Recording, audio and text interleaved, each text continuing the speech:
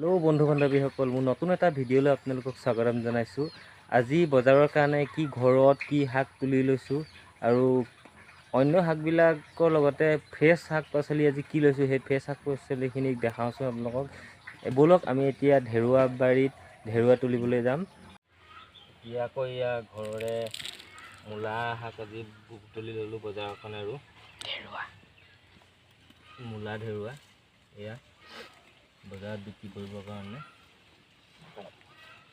এনেধৰণে অলপমান ডাঙৰ ডাঙৰ চাই মূলা এয়া আমাৰ মূলা ফ্ৰেছ মূলা গৰু গোবৰতে খেতি কৰা মূলা শাকে কিনি লৈছোঁ বজাৰৰ কাৰণে।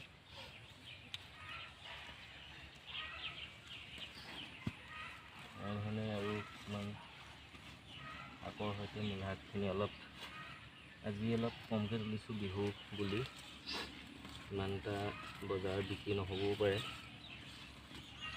অলপ এনেধৰণে তুলি লৈছোঁ মূলা শাক। এতিয়া ঢেৰুৱাখিনি তুলি আনি সুন্দৰকৈ ধুই লৈছোঁ। এয়া ঘৰৰ ঢেৰুৱা ধুনীয়াকৈ ধুই লৈছোঁ বজাৰৰ কাৰণে, অলপ কমকৈ লৈছোঁ আজি। এয়া ঢেকীয়া আনিছোঁ, নিজে বুটলিবলৈ সময় নহ'ল কাৰণে বেলেগৰ পৰা কিনি লৈছোঁ আজি ঢেকীয়া আৰু কিবা কিবি আছে। এইখিনি ঢেকীয়া লৈ লৈছোঁ কিনি, ফ্ৰেছ শাক পাচলি সাৰ নিদিয়া। আৰু এইখিনি আজি নতুন শাক লৈছোঁ আকৌ কলমৌ।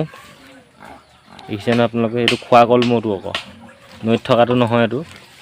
এইটো পুখুৰীত গজে, একো সাৰ জাবৰ একো দিব লাগে নালাগে।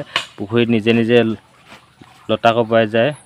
ওচৰৰ মানুহ এগৰাকীৰ পৰা কিনি আনিছোঁ এইখিনি শাক, কলমৌ শাক পুখুৰীৰ পৰা তুলি দিছে, ফ্ৰেছ কলমৌ শাক।